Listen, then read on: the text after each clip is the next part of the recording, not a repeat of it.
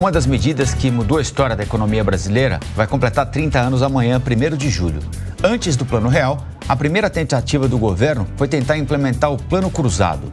Detalhes na reportagem de Carolina Meira. 30 anos do Plano Real. Com a volta da democracia, a sociedade brasileira começou uma grande saga contra a hiperinflação. Foram muitos planos econômicos fracassados e muitas trocas de moeda.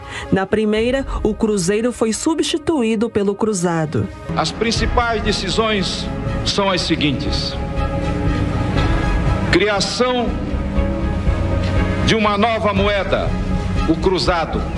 Congelamento total de preços, tarifas e serviços. Esse plano conseguiu puxar a inflação e trouxe clima de esperança ao país. Como lembra o ex-presidente do Banco Central, Pécio Arida, um dos formuladores do Plano Real. O cruzado falhou em grande estilo, mas o cruzado mudou o imaginário do país, porque de repente aquelas pessoas que resignadamente enfrentavam a inflação de 200% ao ano, perceberam que, olha, dá para não ter inflação. Quando os preços voltaram a subir, o governo federal convocou a população e até mesmo a polícia para combater os lojistas. O resultado dessa política de congelamento de preços foi a escassez de produtos no comércio. Nesse período, a inflação partiu de 12,7% e terminou em 21,4% ao mês. Foi a primeira derrota de muitas. O arquiteto Bruno Ghiseline conta como era o sentimento de receio a cada anúncio do governo. Esses planos eram um atrás do outro, e então você ligava a televisão, aparecia lá um aviso oficial, institucional do governo, aí você falava, pô, lá vem o Sarney, ou lá vem o presidente com um novo plano para aborrecer mais ainda a população e criar mais embaraços na vida da gente. Aqui você tem uma nota de 10 mil cruzeiros, que virou 10 cruzados novos. Isso aqui era típico no período dos planos econômicos, né? Carimbar notas, não havia tempo de emitir notas novas. Em seguida, houve o Plano Brescia e o Plano Verão, que introduziu o cruzado novo como moeda. E os políticos também perceberam que quem derrubar a inflação atingiu o santo grau, né? Então a tentação, como é que se derruba? Fazendo um cruzado certo. Se você olhar o Plano Brescia, o Plano Verão, por exemplo, era uma tentativa de fazer o cruzado. Você vai ver que não deu errado no cruzado. Então, eu faço o congelamento, mas agora com isso e mais aquilo, etc. Chega uma hora que, evidentemente, a dinâmica da inflação fica outra. Todo mundo espera que tenha um congelamento, né? A economia, os átomos pensam, não é feita a física. Todo empresário, quando saía de um congelamento, já reajustava os preços por conta para ter gordura para quando tivesse o próximo. Durante o governo Collor, foram duas tentativas colocadas em prática, conhecidas como Collor 1 e Collor 2. O cruzeiro foi restabelecido como moeda e nessa transição houve uma das medidas mais surpreendentes já feitas pelo governo brasileiro: o confisco da poupança.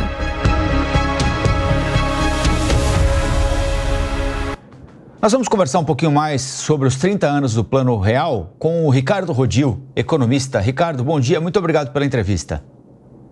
Bom dia, eu que agradeço o espaço. Ricardo, Meu tema predileto ultimamente. Ah, que bom. Então, quero te perguntar, qual foi o pulo do gato do Plano Real em relação a outros planos econômicos que o antecederam? Deixa eu começar pelo final da tua pergunta. O grande problema dos outros planos é que realmente eles tentaram derrubar uma lei que não depende do Congresso, a lei da oferta e da procura. Esse é o ponto mais simples. O Plano Real, o que veio, com várias outras coisas, porque é importante falar também do tripé de segurança da economia, mas o que o Plano Real trouxe é que trouxe uma indexação, digamos, disfarçada, porque a tal da unidade real de valor, a URV, era praticamente cotada em dólar. Então, de alguma maneira, fixaram a memória do consumidor, ficou fixada numa cotação como se fosse em dólar. Até que, conseguida uma estabilidade, a URB foi convertida no real como moeda mesmo. Moeda que nasceu da democracia e segura a democracia até hoje. Ricardo, é importante a gente falar que o plano veio ali para controlar a inflação, mas também veio uma adaptação do Estado, da economia brasileira, com mais liberdade e garantias aí para o financeiro nacional e internacional também. De alguma maneira, o que você está falando, Elisângela, é que ele seguiu uma cartilha liberal, o que a gente... Era difícil de imaginar um presidente como o Fernando Henrique, praticamente centro-esquerda, adotar uma cartilha muito mais para a direita. Só que essa cartilha, o que fez foi simplesmente respeitar aquela lei do que eu falava, a oferta e a procura. Esse é o ponto básico. Agora, o que faz o Plano Real realmente? A estabilidade. Ele não é apenas uma mudança de moeda via aquela indexação de que eu falei, via o RV, praticamente em dólar, certo? Mas também tem, digamos, o tripé de que eu falava também complementado pela câmbio flutuante e uma coisa muito importante que hoje aparentemente estamos esquecendo, que é o controle fiscal. Tá? Isso não quer dizer que não tenha, o Estado não tenha que ter suas despesas sociais, aquelas despesas que se destinam a apoiar aquela população que tem mais dificuldade, certo? Mas não se pode viver de planos como viveu a Argentina, que nós vemos para onde foi. Ricardo, só uma última pergunta antes da gente introduzir o Acácio e o Felipe aqui. Por que o Plano Real ele foi muito bem sucedido no controle da inflação, mas por que a economia não cresceu ao longo dos 8 anos do governo Fernando Henrique Cardoso, conforme se imaginava que a economia poderia crescer?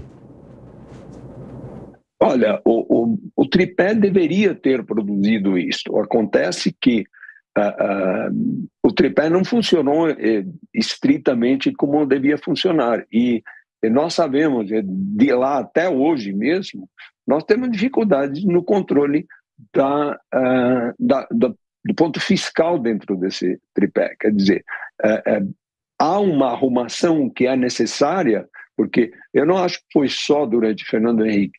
A economia tem dificuldades para crescer e tem dificuldades para crescer no ponto que é importante, quer dizer, na indústria, na produtividade, certo? Nós não podemos viver eternamente do agronegócio.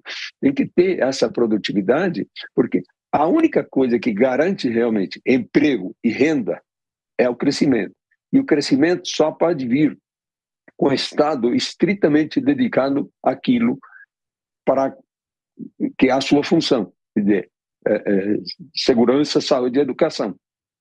Se entrar em outras coisas, se começar com os planos da época do peronismo na Argentina, isso se perde totalmente. Nunca vai se conseguir crescer na medida das possibilidades que o Brasil tem. Felipe Monteiro. Bom dia, Ricardo. Ricardo, um dos poucos pontos que eu não vejo as pessoas debaterem no Brasil em relação ao Plano Real é exatamente que o Plano Real, no primeiro momento, ele focou no aumento de arrecadação. Tanto é que houve o aumento da carga tributária para poder implementar o Plano Real. Tudo bem que isso foi discutido junto com várias reformas estruturantes, né? Também para afrouxar, para restringir um pouco os gastos públicos, né? Mas no primeiro momento é bom lembrar que o Plano Real ele só deu certo porque o governo continuou tendo uma arrecadação grande, não é? E quando você pega o Plano Real do passado, né, em 94, e o Plano Real hoje em dia, a gente vê, por exemplo, que o poder de compra diminuiu bastante. Então, eu queria saber de você o seguinte, como que eu posso valorizar o nosso real, né? É possível ter outras reformas de modo a valorizar o real, de modo a melhorar o poder de compra da população em geral? Eu vi um dado que eu fiquei assim espantado, né? R$100 em 94, né, naquela época, hoje em dia, equivale a praticamente R$13, né? Ou seja, você perdeu muito o valor da compra, né, da população em geral. Bom, aí temos diversos fatores. Um é o que eu chamo da inflação malthusiana. Malthus estava muito preocupado que a população crescia em proporção geométrica e a produção de alimentos somente em proporção aritmética, o que levaria à fome. Eu não sei se ele pensou em inflação, mas, na verdade, hoje, como nós vemos, isso é a inflação. Mas as preocupações do Malthus, eu acho que não se concretizaram por aí. Eu acho que o grande problema que nós temos dentro desse tripé é a parte fiscal. Quer dizer, essa parte, no plano real houve realmente esse aumento de arrecadação, mas tinha um sentido bastante definido, porque isso que permitiu equilibrar as contas, isso que permitiu no longo prazo acabar com a dívida externa, quer dizer, tem uma série de coisas. Mas não podemos olhar somente para as condições da economia brasileira. Nós temos que olhar a crise do subprime nos Estados Unidos, a pandemia, as guerras, quer dizer, tem uma série de elementos que, não sendo o Brasil um país isolado, fatalmente a moeda vai ter que subir de poder de compra, diminuir o poder de compra. Para isso tem o Banco Central cuidando realmente desse poder de compra, mas eu acho que a inflação é inevitável. Quando você olha para os Estados Unidos, para a Europa, você vai ter essa mesma sensação. Talvez não R$100 vão ser 3, 100 euros vão ser 15, mas essa erosão da moeda existe, e existe por fatores que não estão sob controle de nenhum governo em particular. Acácio. Ricardo, bom dia. Nas suas primeiras ponderações, você falou sobre as circunstâncias políticas, especialmente sobre as características de cada um daqueles atores que contribuíram para a construção do Plano Real à época. Trazendo essa situação para o nosso patamar atual, se porventura fosse necessária a criação de uma nova moeda, você acha que num ambiente polarizado como esse, nós seríamos capazes de criar agora algo parecido com o real? Absolutamente não. Veja bem, se você lembrar do Plano Real, ele foi comandado, ele foi gerado por cabeças de economistas brilhantes e que já vinham estudando a hiperinflação fazia um bom tempo. Mas foi comandado e politicamente conduzido por um presidente que tinha sido senador. Quer dizer, ele tinha um trânsito e um conhecimento de como lidar com as lideranças políticas que iam ter que aprovar esse plano, inigualável. Então, se você pensar na relação do Executivo com o Congresso hoje, as condições já não são nem de perto parecidas. Então, eu até vou começar a chorar, mas pensar numa nova moeda é a maior bobagem. Não pensaria nunca nisso. Nós não precisamos de um novo Plano Real. Nós precisamos cuidar dos fundamentos que o Plano Real nos trouxe. Quando nós tivemos 30 anos de uma moeda que, tá bom, com certa erosão do poder de compra, mas quando nós tivemos uma moeda de 30, que chegou, digamos, a ser balzaquiana, como está chegando o real hoje. Muito bem, nós conversamos com o economista Ricardo Rodil. Ricardo, muito obrigado pela entrevista e bom domingo, hein? Eu que agradeço o espaço, estou à disposição. Bom domingo a vocês também.